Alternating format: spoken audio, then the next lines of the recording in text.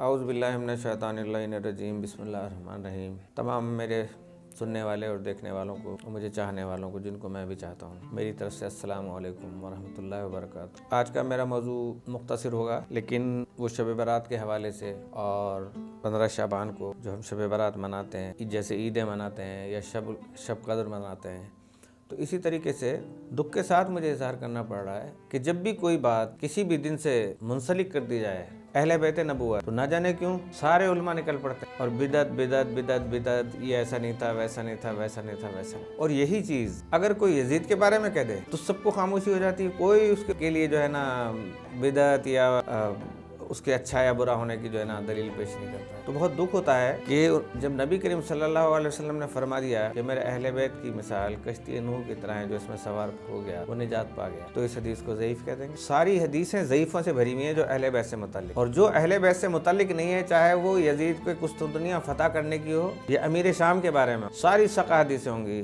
راوی بھی اس کے جو ہے نا بڑے پکے ہوں گے۔ تو بہت دکھ ہوتا ہے کہ ہم کیا کرنے جا رہے ہیں۔ تو یہاں پہ میں مختصر سے بتاؤں کہ اہل سنت اور اہل تشیع کی معتبر ترین کتب حدیث میں سے 15 شعبان کی رات جو ہے وہ بہت فضیلت کی رات بیان کی گئی ہے۔ قمری اعتبار سے مسلمانوں کا اتفاق ہے کہ رات دن سے پہلے آتی ہے، یہی وجہ ہے کہ مسلمان چاند دیکھنے کے بعد رات کو چاند رات کہتے ہیں، اور اہل سنت رمضان مبارک کا چاند دیکھتے ہی تراویح شروع کرتے ہیں، اور 15 شعبان کی رات کو عامۃ المسلمین شب برات کے نام سے یاد کرتے ہیں۔ اس رات اہتمام سے عبادت کرتے ہیں، کثرت سے استغفار کرتے ہیں، اور پھر دن کا روزہ رکھتے ہیں۔ جو ایسا نہیں کر پاتے وہ بھی ایسا کرنے کو باعث فضیلت جانتے ہیں۔ اس کی وجہ رسول اکرم صلی اللہ علیہ وآلہ وسلم سے منقول صحیح احادیث اور گزشتہ تمام صدیوں سے صحابہ کرام سے لے کر آج تک امت کا تعامل رہا ہے۔ اس سلسلے میں چند صحیح روایات جنہیں علامہ البانی نے صحیح قرار دے کر نقل کیا ہے، ان کا ترجمہ ہے کہ نصف شب کی رات کو اپنی تمام مخلوق کی طرف متوجہ ہوتے ہوئے اللہ تعالیٰ اپنی تمام مخلوق کو بخش دیتا ہے، سوائے مشرک اور کینہ پرور کے اور بغض کرنے والے۔ سنن ابن داؤد کتاب الصوم باب فی صوم شعبان۔ بڑے مزے کی بات آپ کو بتاؤں کہ یہ بغض کا لفظ جو ہے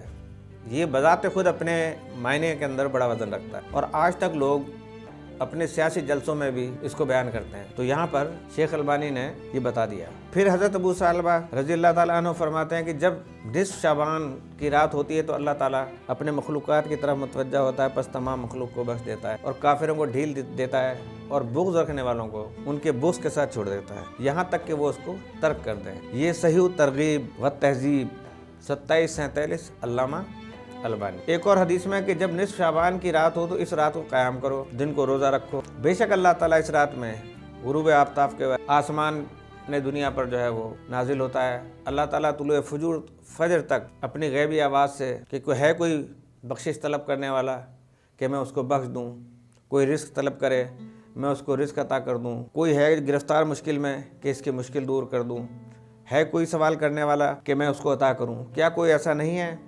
یہاں تک کہ فجر طلوع ہو جاتی ہے۔ صحیح جامع الصغیر 771 علامہ البانی۔ اب حیرت ہے کہ آج کل کچھ لوگ ان روایت کے پیچھے پڑ گئے ہیں جو شب برات کے حوالے سے نقل ہوئی، اور وہ ساری روایت کو بیک جنبش قلم ضعیف قرار دے دیتے ہیں۔ تو بتائیے کہ حدیثوں میں یعنی جتنی بھی حدیثیں ہیں، ان حدیثوں میں ضعیفوں کے سوا اور ثقہ حدیثیں ہیں کون سی؟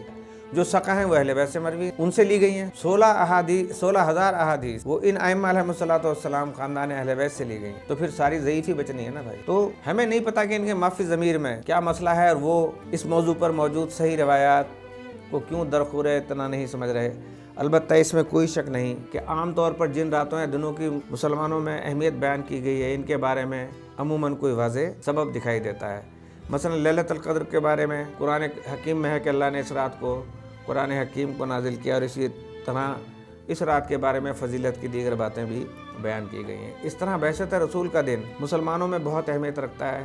معراج النبی کی رات بھی بہت اہم سمجھی جاتی ہے۔ عید الفطر اور عید الاضحیٰ کے دنوں کے اہمیت کا پس منظر بھی واضح ہے، جبکہ شب برات کی فضیلت اور اہمیت تو ضرور بیان ہوئی ہے، البتہ کوئی واقعہ اس کے ساتھ بیان نہیں ہوا۔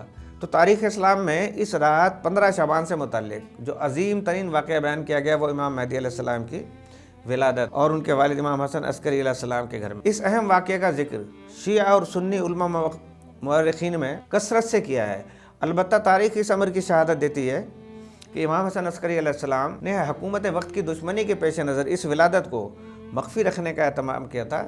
یہ بالکل ایسا ہی ہے کہ جیسے حضرت موسیٰ علیہ السلام کی ولادت کو اس دور کی ظالم حکومت سے مخفی رکھنے کا اہتمام کیا گیا تھا۔ تو جیسے حضرت موسیٰ علیہ السلام کے ذمہ اپنی مظلوم قوم کو ظالموں سے نجات کے لیے قیام کرنا تھا، اسی طرح حضرت امام مہدی علیہ السلام کو بھی ظلم و جور کے خلاف قیام کرنا ہے اور دنیا میں عدل و انصاف کو رائج کرنا ہے۔ بہرحال علماء اہل سنت کہ جن علماء نے اس ولادت باسعادت کو بیان کیا، ان میں سے چند ایک کا میں ضرور ذکر کروں گا۔ اس میں سب سے پہلے ہے محمد بن احمد مالکی، جو ابن سباق کے نام سے مشہور ہے۔ اپنی کتاب الفصول المہمہ کے 12ویں باب میں لکھتے ہیں کہ ابو القاسم محمد حجت حضرت حسن عسکری کے بیٹے ہیں۔ وہ شہر سامرا میں 15 شعبان 255 ہجری میں پیدا ہوئے۔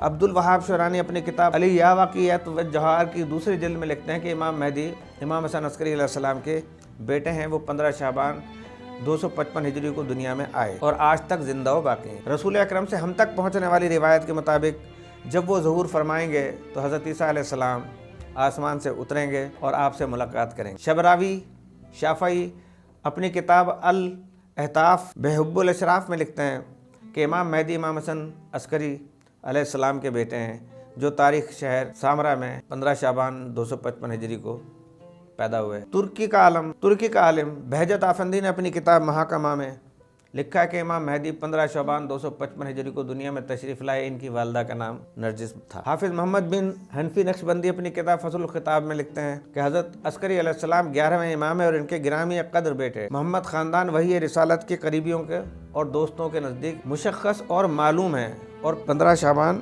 255 ہجری میں پیدا ہوئے۔ سلیمان قندوزی حنفی اپنی کتاب ینابیع المودت میں لکھتے ہیں کہ روایت علماء اور اسلامی شخصیات کے نزدیک محقق و مسلم ہے کہ امام مہدی کی ولادت 15 ہجری 255 ہجری 15 شعبان کو ہوئی اور وہ تاریخی شہر جو تھا سامرا تھا۔ اب یہ سوال اپنی جگہ پر اہمیت رکھتا ہے کہ نبی کریم نے اس رات کی فضیلت بیان کرتے ہوئے یہ کیوں نہیں فرمایا کہ اس رات میری اولاد میں سے انسانیت کے نجات دہندہ امام مہدی علیہ السلام ان کی ولادت ہوگی۔ حضرت امام محمد مہدی کے بارے میں مختلف مواقع پر پیش گوئی فرمائی ہے۔ آپ نے ان کے ظہور کے زمانے کے بارے میں بہت کچھ ارشاد فرمایا ہے۔ مسلمانوں کا اس پر بھی اتفاق ہے کہ امام مہدی حضرت فاطمہ الزہرا کی اولاد میں سے ہوں گے۔ ظاہر ہے کہ جب اتنا کچھ فرما دیا گیا اور شب برات کی خصوصیت اور اہمیت بھی بیان کر دی گئی ہے تو یہ بیان نہ کرنا کہ اس رات امام مہدی پیدا ہوں گے ضرور اپنے اندر کوئی نہ کوئی حکمت رکھتا ہے۔ بعید نہیں کہ اس کی سب سے بڑی حکمت وہی ہو جس کی طرف ہم نے اوپر اشارہ کیا ہے۔ البتہ اپنے رازوں کو اللہ تعالیٰ جو ہے وہ بہتر جانتا ہے۔ ہم آخر میں یہ ضرور کہیں گے کہ شب برات کے بارے میں صحیح احادیث کا انکار مسلمان دانشوروں کو زیب نہیں دیتا۔